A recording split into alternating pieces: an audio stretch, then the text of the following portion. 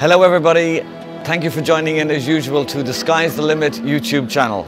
As you can see, we're in the European Parliament today and I'm in the distinguished company of a wonderful fighter politician who never gives up, Nikki Sinclaire. Nikki, thank you so much for your time today. Absolute pleasure. Before we get to some of the more pertinent points, I was looking through your biography. You've been in politics forever and ever, and in terms of demographics, looking at your background, general election of spring 1979, why aren't you in the Labour Party? Why wasn't you in the Labour Party from your background? Well, I grew up in a council estate, and I think obviously 1979 was the advent of Margaret Thatcher. Yeah. And I think it was just this very strong woman, and I think that captured my imagination. Okay. There was also the winter of discontent, and we had queuing up for bread, fire brigade strike, green goddesses on the street, all these type of things, rubbish stacking up. And it was like, well, they don't really care about the working, because we had a Labour government, and it wasn't like that they cared about us.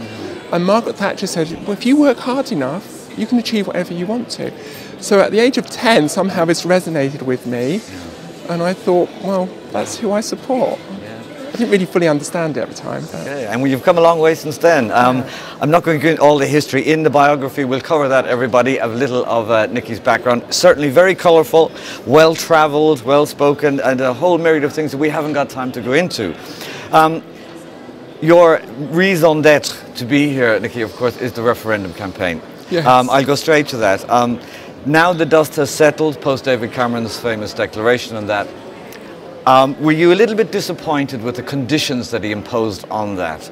To give just a little background on that, presuming that they win an outright majority the next time. Now, just last week, or early this, wasn't it? Yeah, that Moody's, the ratings agency, took away England's or the UK's AAA rating. I can see if that continues that they will be punished, the Conservatives, next time round. Yes. Notwithstanding, I'm surprised even that they can maintain the coalition as is. Okay. Anyway, what was your feeling about that? Because you're not a Conservative, obviously, or a Tory, but were you disappointed at the conditionality and the timeline he imposed on that? Of the referendum, yeah. Yes. I mean, there is no guarantees. He's talking about if he wins an outright majority. He's also talking about if he gets a renegotiation. Well, we've already heard certain leading politicians, such as President Schulz here in the Parliament, saying there can be no renegotiation. And what guarantees does he get from the renegotiation? If you remember that John Major achieved quite an opt-out on the Maastricht Treaty about the social chapter, only for Labour to win the next general election and sign us up to the social chapter, which is one of the things that I get most complaints about from small businesses, which are the largest employers within the UK. Yeah. So what guarantees do we have? So there's no guarantees of a referendum. They're saying, well, we might have a referendum, but he's very pro-EU, he wants us to stay within the European Union, he wants to make the case. But what about if it doesn't follow how he wants it? And he's also, I mean, there might be a bit of an unholy alliance here between the Europhiles and us Eurosceptics. Because what we're arguing is that actually, if you're pushing this into the long grass, you're creating uncertainty for business. You're creating uncertainty for investment. And I think that's one of the things that I've discovered since becoming here as an MEP. I came here as a Eurosceptic. I wanted to leave. I don't care. I just wanted to leave the European Union. And I've changed in those 3.5 years. What I've actually witnessed here is that we're in a terrible halfway house. And that the politicians from the Labour, the Conservatives, the Lib Dems, they're not doing the British people a service. They're not proactively making the case because they can't. They've got one eye over their shoulder, looking at the electorate back home. So we're in this halfway house. We're neither fully in and fully engaged here, nor are we outside the European Union, which I think is still the best way for us. And that's why I'm so pro-referendum, that I actually think that whatever which way, we need to make a decision, because this current situation of a halfway house is disastrous, and Cameron knocking it into the long grass is just the worst possible medicine for the UK. Yeah, well, very good. I mean, that leads me on to my next point. Everyone else out there knows I'm Irish, and from that perspective, we are quite the experts on referenda with Nice and Lisbon. And, Nikki, for me, I have a dog in this hunt as well because of the disconnect. I mean, sometimes the partisan colours of left and right, I'm quite disillusioned with that. I don't do left wing, right wing. I've said in my videos many times, I don't have wings, I'm not a chicken. What I do like, though, is good ideas, and if it makes sense. And that's why, like when going back to your early bio, you bucked the trend because presumably from a working class background, you should have fed in immediately to the Labour Party or something like that, but you decided to use your own imagination. What I'm saying, the difficulty with referenda, though, is oftentimes the question posed, it's just in or out with the UK, if it ever happens. But sometimes it can be used, would you not agree, to sort of punish, you know, the government of the day or something like, as a reactionary thing, rather than addressing the question, because there's simply so little interest and disaffection with the European project in Europe in general, certainly since 1995. I mean, David Cameron, you know, when he said in his last election, yes, Europe is a factor and we'll bring that up, satisfy the backbenchers or something like that. I think the phrase he used was, but we shouldn't keep banging on about Europe. And it's kind of like maybe 12 on the list as far as people are concerned. So that disconnect is what I'm saying to you. We said this yesterday off camera, but what do you think about that? If we can't engage citizens, I mean, the participation for any elections you care to mention, council, local, referenda, European elections, you're averaging 37, 40 something percent, you know. So whether you're Eurosceptic or pro-Europe, what do you account for, or what would you like to see in that disconnect with people? Well, I think that the reason why you get low turnouts is where people feel, as you say, disconnected from politics, and I think that's because of the advent of the professional politician. People are told what to think. I mean, in the UK, we've just had police commissioner votes, so people didn't understand what they were. They weren't. It wasn't articulated well enough. They had the election in winter, and you had turnouts of about 12%. So the main political parties in the UK have actually given a disservice. They've turned it into professional soundbite politics, and we have less and less conviction politicians. And I admire Margaret Thatcher and I admire Tony Benn, totally different from the wings, as you would say. But I admire both of them because they very much stand up and say what they believe, and we have that missing in politics. But I think on the European issue, to go back with this, yes, you only have maybe 30% turnout in a European election, but with my mobile surgery, it's going around the region, we get people queuing up to express their opinion that they want a referendum or they want to leave the European Union. So people do care about it. I do follow the thing that what you're saying is that if there was just a vote on a particular day, it could be that they weren't happy with the government of a day. And you do get that. I think the referendum in France on Maastricht was a particular just rebellion against not Maastricht, on the constitution was a bit of a rebellion against the French government. But what we're calling for in the We Demand a Referendum party is a royal commission. To look at the cost-benefit analysis, because one of the things that turns people off about the debate on Europe, now if I had someone pro-European sat next to me, someone like Malcolm Harbour, we'd be spending 15 minutes arguing about how much percentage. I say 73% of our, or 75% of our laws are made here in the European Parliament. He say, no, it's not. I say, we spend £53 million a day in the European Union. He says, no, we don't. And we'd be arguing about that. We need to find out the facts. And I think we need to have an intelligent debate, okay? And then let the people decide. And people say, oh, but people don't really understand the complexities of the European Union. Well, sorry, we're a democracy. I read a piece in one of the newspapers about the last general election, because the last general election was based on an economic argument, and only 15% understood the economic arguments in the middle of a recession. But we still elected a government. So are those people who don't want a referendum, are they making the case that democracy's, is finished, and that we should go the Mario Monti route in Italy and just have technocrats ruling our countries? Absolutely. So that's why it's about, the European Union. We became citizens of the European Union in Maastricht in 1992. That fundamentally changed the constitutional position. No one asked me if I wanted to change my citizenship. And I think that's a fundamental change. And if you ignore the will of the people, or ignore the people, they'll think, well, what can we change? What's the point? And I think one of the things that I found in the last 3 years, people are sick and tired of Europe. They're absolutely sick and tired. Well, one of the things I admire about you, and it's indeed the reason I'm doing this interview today, I shall show my hand, I have no apologies about that. Again, I don't like to align myself with any particular group or anything, Nikki, but I think, I've said it many times to people, I admire you because what you do is you swim against the tide, and that's not a bad thing. You provide a punctuation in a sentence, or maybe a semicolon. You say pause. Let's think about for a minute. I have, of course, say to my subscribers, it's a humanist, secular channel, and from my great mentor Richard Dawkins, like him or loathe him, he gave us the phraseology of consciousness raising. And in the Atheist campaign, for example, Nikki, we actually took a lot of the philosophy from the feminist movement and their struggles back to, well, going back to the suffragettes, and the gay rights movement, the coming out thing, that, you know, if you're not religious, just say so, don't be a hypocrite and all that. And it's a difficult struggle we have, so I kind of, from a different genre, I understand where you're coming from. Just on this point, the fractious nature of it, Nikki.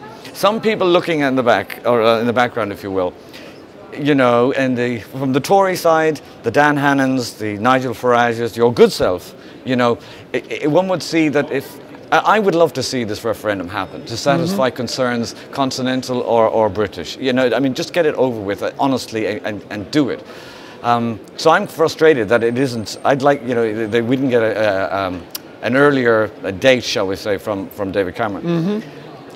Do you think that people observe it, as I say, the broken nature of it? Same objective, but it's all fractured. If there were more unity, I don't mean a manifesto as such, you understand, but it's sort of a singular campaign, with either yourself or Dan Hannan or something, you say, look, we chalk and cheese on this, but, you know, this is where it's sort of having a sort of a little, I don't know, technical group just for that alone, do you know what I mean? And even representation in the House, speaking time and all that would help, would it not? It is absolutely frustrating that we are so divided. And there's a lot of, I'm the only Eurosceptic in the village about some of those people. A few years ago when I set up a 100,000 petition to try to force a debate, I invited everyone. There was no one excluded, and we got some Labour politicians, you know, Kate Hoey, Austin Mitchell, Calvin Hopkins.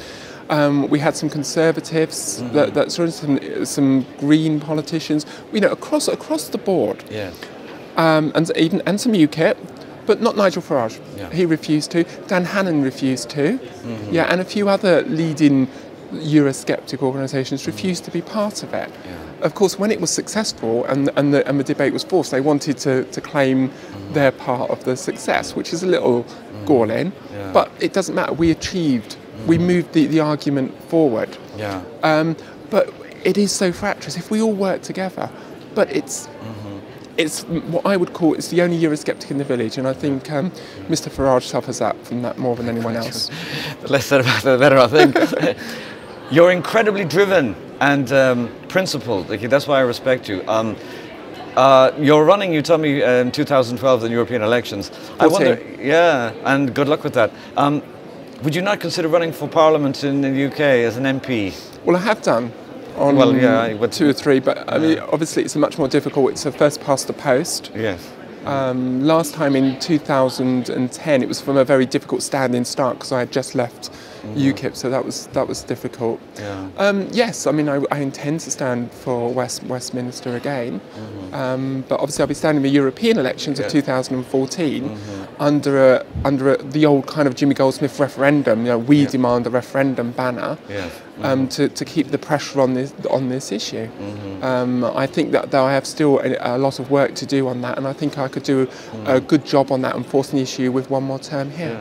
Not to take away from that very, very important singular agenda, but isn't it a singular agenda? What do you think of the perspective of that? Forgive me the reference, I'm here to talk to you not about UKIP, but it's thrown up by the BBC and whomever all the time. You know, you're a one-horse race, a one-man band, and you have a singular agenda. Apparently they have a manifesto on other things. UKIP do, Yes. Do you see that singular focus? And there's nothing wrong with that. I mean, but do you think it's sort of a little bit blinkered, Nikki, sometimes? That if people knew how you felt about other issues, they will do about your civil liberties and all those concerns you have. But if it were more vocal, do you understand that people have a bigger canvas to sort of support you rather than restrict yourself to just one issue? Yes, I mean, obviously the issue why I'm here, I'm very much, you know, I'm very conscious of the reason why I was elected. Of course. So that's my main job here. It's not the only thing I do, and of course most of the reason why people just think that I just bang on about Europe, to do a David Cameron phrase, is because that's all probably the media report. They don't look at the things that I do, that I'm doing a big thing about debt at the moment, about equality and planning. My human rights work that I do, and I'm not talking about the Strasbourg courts, I'm talking about where human rights means life or death. You know, I was in Bahrain just before Christmas visiting prisoners of conscience. I've been to Gaza. I was in Tunisia weeks after the revolution meeting the interim government. And I've received many more invites. I just simply don't have the time. I was invited to be an election observer in Chechnya. So, you know, I really care passionately. And one day I would like this Europe issue to be over. And I would like to, you know, expand on some of that type of work, because I really feel I'm a Democrat. And I think that's probably where my annoyance of the European Union, the fact that we've never, as I talked earlier about the citizenship thing, you know, no one asked me. And I feel really passionate that we live in a democracy. And many have died for that right to give us a democracy.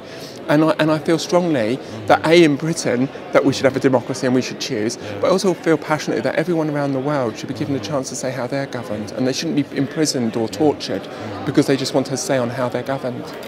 Nikki, you're an optimist and so am I, and probably the last point we'll make. Do you feel, though, that we're hamstringed a little bit now, we're in a blackmail position because of the euro crisis? In other words, no one's giving it up tomorrow or anytime soon.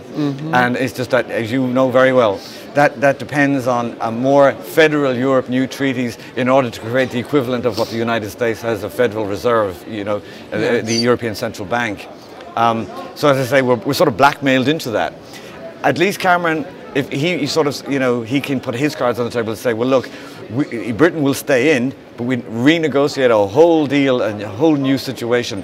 But I mean, for me, I see no appetite among the citizens for further integration and more federalism. But as people have said, perhaps yourself, the elites don't seem to be listening. I mean, my frustration sometimes, what I love about what you guys do in plenary, and even Nigel Farage, is that while people were laughing at you for years and years, and that silly grin on Mr. Barroso's face, you know, finally someone wiped a smile off his face, because even I, as a citizen, regardless of anything else I do in this world, I was looking at those debates, even on the height of the crisis, and I say, why are you grinning like a monkey when people are suffering in austerity in Greece? What my country, Ireland, has been destroyed, and you're smiling? Yes, I mean, I've noticed since I've been here, when you first come here, they're almost laughing at you. And now they're worried and they're angry, because they know their projects. But it goes back, I agree that they're using the financial crisis as an excuse to have a greater control, greater federalism. And Cameron, at the end of the day, we keep hearing from British Prime Ministers, oh, we're drawing a line in the sand, we've got the red lines, we're not moving any further. In fact, we're repatriating. Lisbon was supposed to be repatriating powers. I don't know where it did repatriate powers. And we hear this all the time, oh no, British interests, only to find down the line that they've been given away slowly. We know how much Europe makes decisions on our daily life. And the average person in the street knows more and more. They feel more and more entrapped by the European Union. And I don't think that's just in the UK, I think that's across Europe. And I think that the European Union's leaders need to realise they need to go back and listen to the people. I don't think they will, unfortunately. But, you know, no empire exists. And I noticed that despite the shortage of money here in Brussels, they're building more and more Romanesque, glorified buildings to their power and their glory. Well, that's a very good note to end it on. There we are, everyone. We have to leave it there. Thank you very much for watching. I hope you found that interesting. Please leave a comment below and inform yourself a little bit about what's going on, especially to my American viewers. I know you appreciate the European dimensions sometimes. Nikki Sinclaire, thank you so much for your time today. An absolute pleasure. Thank you.